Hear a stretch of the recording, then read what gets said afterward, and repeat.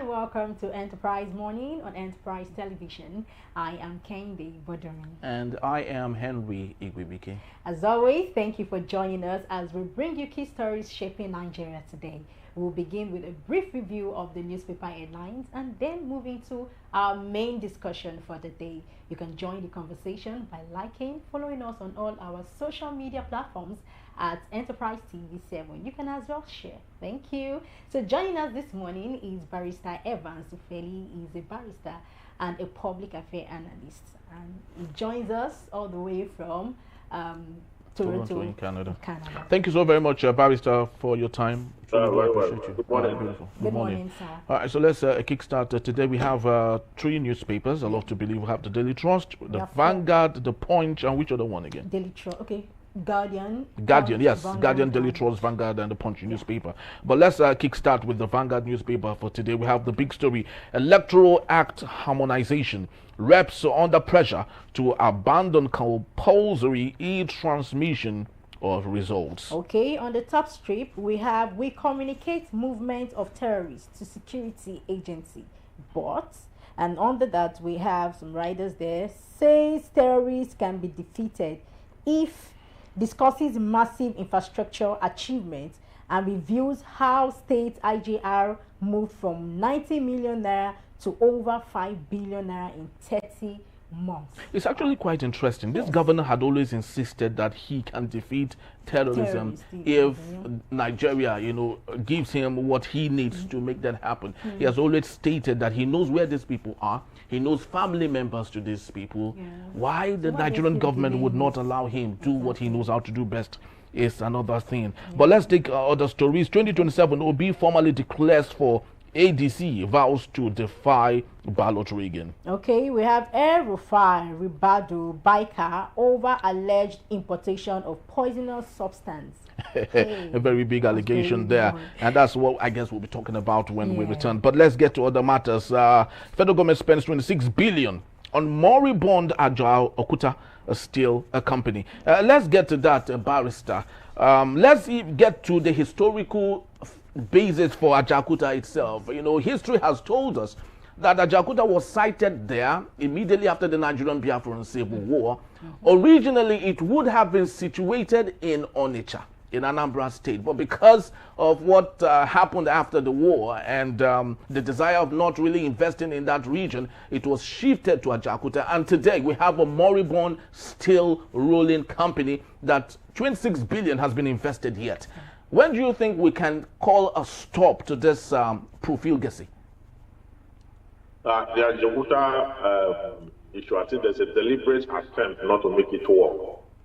Because every time the federal government have expended money to ensure that it comes to life, it never comes to life. It's one of those projects in this country that is used to launder money and milk the country dry. By whoever, I don't know, but just like the turnaround maintenance of our dead refineries, every minister that comes on board, every president that comes on board, continues from where the previous left it off, and it's about spending. These resources never work.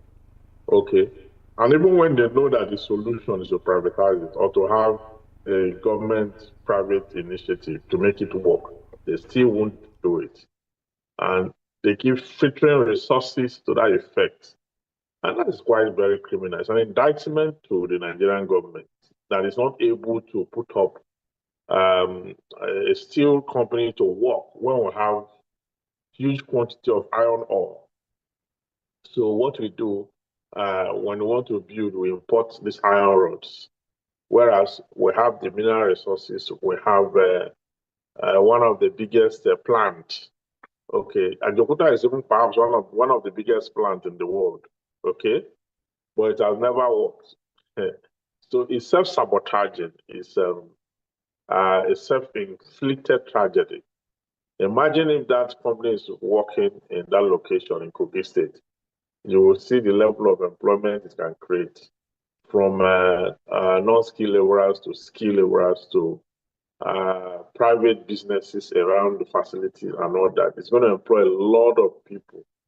And that would have been a very good one for us. And most importantly, the cost of IO roads will not be very expensive the way it is today. When you are, buying at a very high rates, to ask people who are building now, I mean, they will tell you how these IO roads contribute immensely to the cost of building, and that also impacts on rent, house rent. Yeah. Okay, you see the value chain. The house rent now impact on the citizens. So the high cost of all this impact on the house rent, and then so the cost inflation is passed on to the citizens. So that is what happens when governments are unable to come up with the right kind of policy on the economy, on industry, and on all. So it's a problem. Look at, if you check the year that plant was established, by now we should have duplicated it in the six geopolitical zones, or at least duplicate it in many of the states, if not all the states of the country. Okay, but it has never worked. Okay, so it's difficult for you to then talk about an economy that is not industrialized. Okay, it ties up also to electricity. Okay, should we have duplicated it or expanded it in the six geopolitical zone without electricity, or in the state, or in different states without electricity, or even maintain that one itself without electricity? So I don't know. It's a sad situation. It's a sad situation. The worrisome part of it is that every government keeps spending money on that at Dokuta. And the corruption there is immense. Even when they brought expatriates to evaluate it, when they evaluate it, they will give us cause to civil sabotage. So I don't know why that cannot work in Nigeria. It's quite sad. Dangote had said he wanted to buy over that complex, but the federal government said no, and that he should not. And like Barrister did say, no other sector has received so much money. Maybe the only closest could be the Lagos-Ibadan Express Route. Yeah. Every year you see donations go into it and nothing to show for it, obviously. Yeah. Okay, so let's look at another story, still on the Vanguard newspaper. I think you've given like a brief intro about this story, the one on the first strip. Yeah. We communicated movement of terrorists to security agencies, and just like Henry said, this man has all it takes, and he has a lot to tell the government, but I don't know why they are not adhering to what he has to say. So, Barrister, please, could delayed or incomplete reporting constitute aiding terrorism under the Terrorism Act? Because I believe there should be an act for this. So could delay or incomplete reporting constitute aiding terrorism under the Terrorism Act? Yes, it is. When you look at the Terrorism Act, you see that, first of all, terrorism is a crime in Nigeria. Yeah. It's a crime. The punishment thereof is capital. Is an offense that militates against humanity. It's a crime across the globe. In fact, there's an international convention against terrorism. Okay? Yes, sir. So it's a global crime across the world. And international organizations, countries of concerns, have been putting a lot in place to ensure that terrorism is exterminated because it's evil.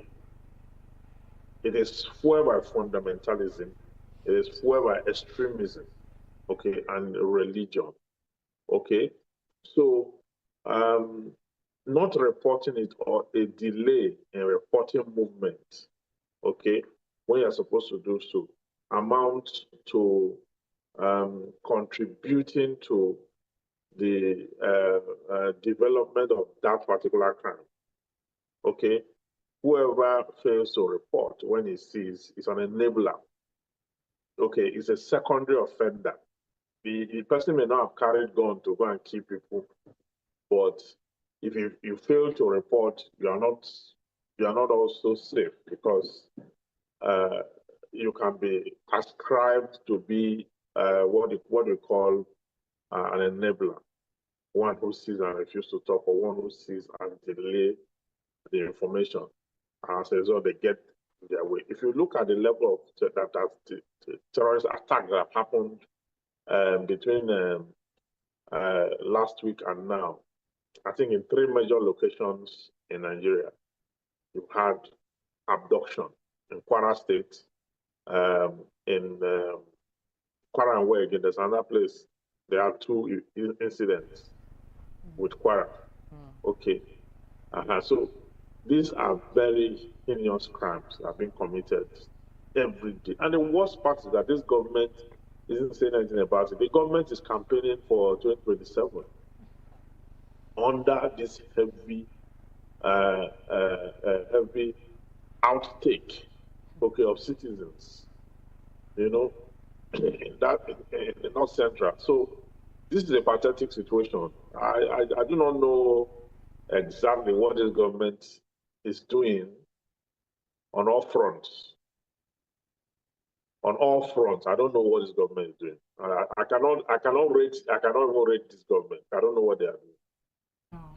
All right, but Barrister, this a follow-up question to that. 3 congressmen in the United States have said that the United States government should penalize Chinese mining companies in Nigeria for aiding terrorism in Nigeria, sponsoring those jihadists to protect their mining interest. But the Chinese government have come to refute that and equally asked all media stations not to propagate this.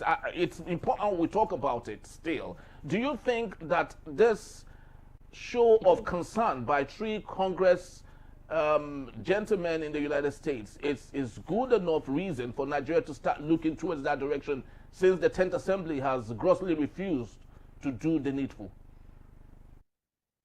Yes, if that allegation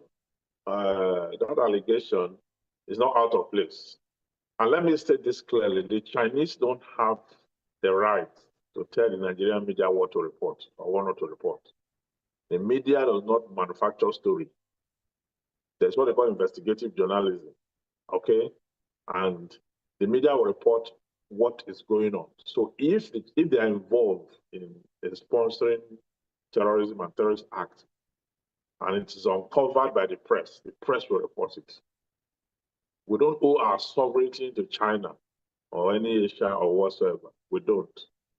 We may be borrowing money from them, but that is not that we have abdicated sovereignty. Okay? That made clear. When Trump was talking about the fact that Christians are being killed and the Nigerian government is looking the other way, and that the United States government is going to come into Nigeria, gun blazing, and do all those attacks. Do you know that the Chinese government came up and they sent a message to Trump that should leave Nigeria alone? Okay? So what does that speak to you? Does it not speak to you to the fact that each time that the terrorists attack in Nigeria, the Chinese government don't say anything about it? But when a country now came and said that enough is enough, that we have to exterminate insurgency in Nigeria and put it down, take it out, the Chinese government now, they woke up from wherever they were, and they were telling Trump that he should leave Nigeria out of this. He should leave Nigeria alone. What does that mean? It means that the Chinese government is an enemy of the Nigerian states. Yes, because we've been having this problem for so many years, for over 12 years. And now the Americans want to intervene and the Chinese government is saying no. So what does that speak to you? So anyone who says that the Chinese have a hand in what is going on may not be out of place, except that evidence is required, but may not have said the wrong thing because of what I have seen, because of the conduct of the Chinese government, and because of the way they have gone about the issue under reference. All right, so let's take a look at the matters from the Guardian newspaper for today. Straight to our talking point. PMS supply hits 63 million liters per day as consumption falls to 60.2 million in January. Yeah, okay. We also have Kwara governor under fire for campaigning while terrorists raid community. We equally have data shows 10-year capital funding gap in health sector. We have mixed reactions. Trill reported U.S. troops arrival amid fresh attacks. Tax Act, the presidency falls Amaechi's claim on 25% bank deduction rule. Oh, Afenifere raises alarm over persistent terror attacks, abductions. All right, Barrister, let's take a look at oil, fuel, exactly. And we have low consumption of fuel in the country with the emergence of electric cars and CNGs and other alternatives. People with 3 cars now move around with a car, or maybe park everything and go with public buses and all. Do you think this would affect our economy in any way? What is the pro and the cons of some of these things?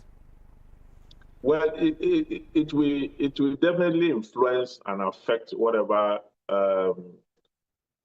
we've been having before now. It's just that the economy is forcing people now to be cautious, to cut down on unnecessary spending. You know, before now, you can just, by the weekend, you can just drive out, not having exactly where you are going to. You just be driving. Let me just go and drive through the Lagos-Ibadan Expressway, or let me just go and drive through Third Mainland Bridge. Not exactly that you are going anywhere, just want to be driving. All those ones now have been cut down because the implication of just driving, just to be driving, that implication is high cost. Is a capital intensive now. So for those edges, those excessive edges, the ones we do that are not compulsory, those ones have been cut. And that will affect the business definitely because once there is low demand, okay, once demand is low, price will fall. So it's going to affect price. No matter how much they are buying it, from where they are buying it, once they get to the filling station and there's no demand, price must come down. So there will be a fraction of that, and then it will calm the tension. It will make availability steady. Okay? Because people are resorting to solar where they use generator, and people are resorting to CNG where they use their vehicles, and people are resorting to electric cars. The Tesla and all that is a lot now in Nigeria.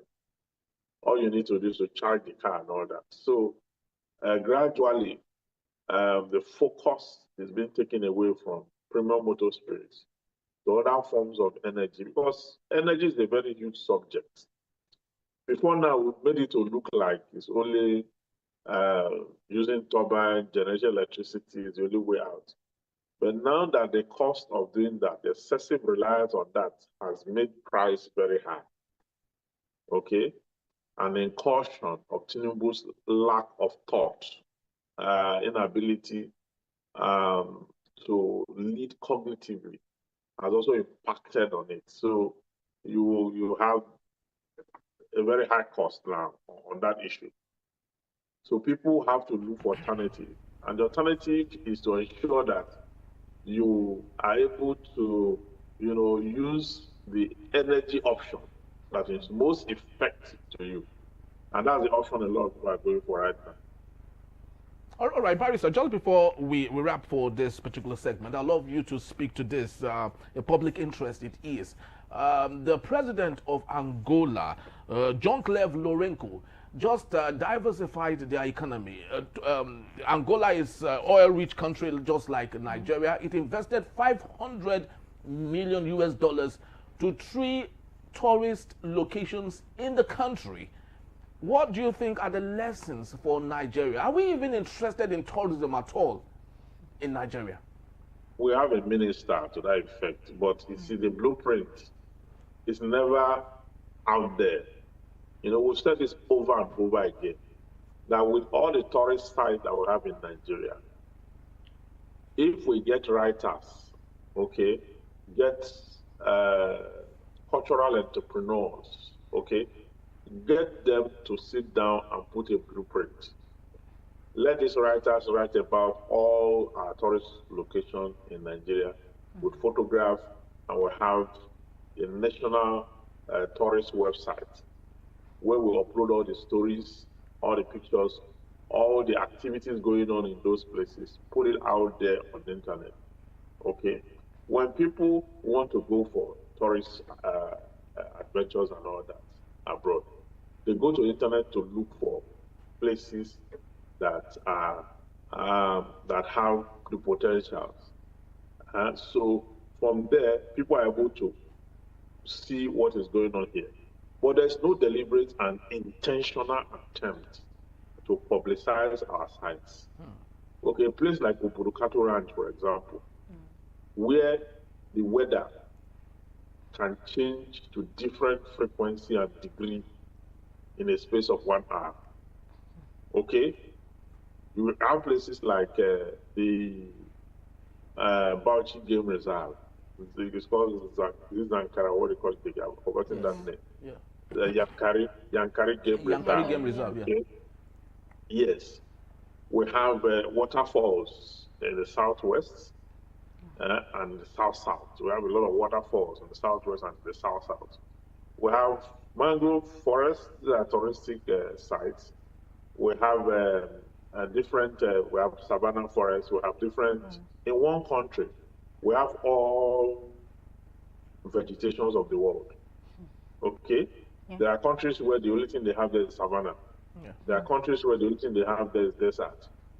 But in Nigeria, we have even the field land, we have the Guinea savanna, we have the mangrove forest, we have the swamp forest, we have all varieties of ecosystems. Okay? So why is it that, and we have a ministry, why is it that this ministry is unable to come up with a program, a blueprint?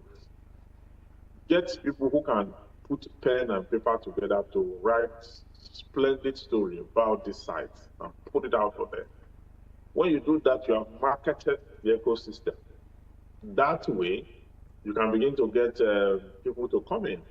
Okay, the Israeli economy is Israel, where there's no employment to date. No unemployment, rather. There's no unemployment in Israel. Their economy is largely supported by tourism because they have biblical sites. Okay? Okay, and it's one of the richest now, as we speak, in terms of income per head. Okay? Because there's no unemployment there. Everybody is employed. There is no underemployment. And they have jobs and all that. So these people don't even have farmland. They have to do what they call greenhouse. Okay? Create their own farming system. And they're able to produce organic food that way. Okay?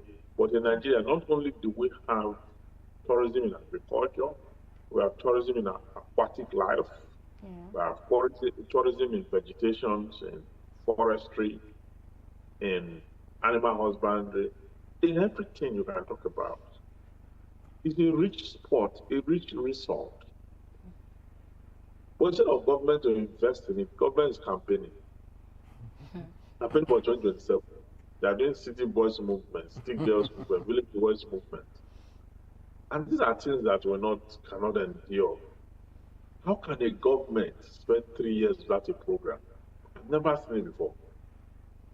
I've seen government in Nigeria that come on board with programs, and the programs will at least they have a program that failed. This one had no program, nothing. There's no program. The only program they have is Lagos Cross River, Lagos Calabar Coastal Highway. That's the only program there. No program, nothing. So when you have a government like that, and midway into the administration, they are campaigning, buying brand new buses. Each of those buses costs over 300 million. Okay? To campaign, to distribute and campaign, even when it's not yet time to do that. Okay? So it is not even about program, not about governance. It has always been about politics, all the way. And politics cannot sustain an economy. It's too expensive an adventure to sustain an economy. So if you keep on politicking, this whole thing will crumble under its own contradiction. Because it's so expensive that no economy can handle politics. No economy can handle politics. That is why they had to introduce different tax, and just look for a way to collect money, gather money more. Let them bring more money. All that tax are paid, they are going to use it to sustain this politicking until we all come crashing. That's exactly what they are doing. They have no program. And if this government, I have said this before, if any mistake is made anywhere and this government returns again, by the time they will be leaving, if we see each other, we will not recognize each other.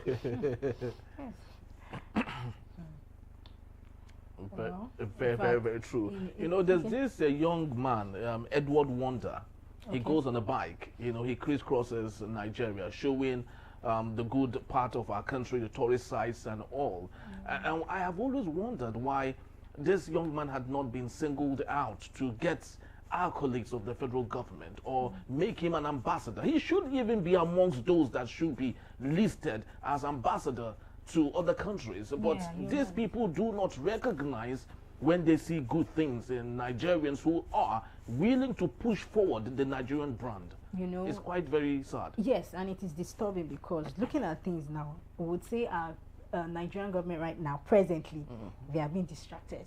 So they are just looking forward to, you know, having the elections done, and that's all. So any other concern is not really like a major concern to them, right? And I feel that Nigeria that has, you know, that our ecosystem is so rich, you know, and I know that other countries, other international countries, they have that feeling that, oh, if they can even lay their hands on it, it's gone, right? And we have it, we are seeing it, and we are seeing it, and we don't have the right placement of how it's going to be managed, just like what Barrister said. And I feel that appointing people, not just ordinary people that are really, really vast in this thing, to, you know, put it in the right place, you know, make it known all over the world. It will be like not just a tourist center, a center that someone want to stay. In fact, you don't want to even leave.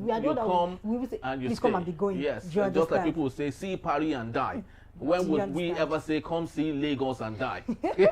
That's metaphorically speaking. I feel we'll be having that very soon. All right. Come visit Lagos. So we sincerely hope it works for us, because if a landlocked country like Rwanda could sponsor the English League and have visit Rwanda there for decades, why can't we see visit Lagos, visit Abuja, visit Enugu, or wherever it is in Nigeria? But because our leaders are more fixated on politics, we would wait and see when this would happen. Well, Barrister will still be here to take us on our main conversation when we return. Niger Delta groups urge Bola Ahmed Tinubu to probe El-Rufai over alleged national security breach. In a beat, Enterprise Morning, it is, don't go anywhere. We'll be right back.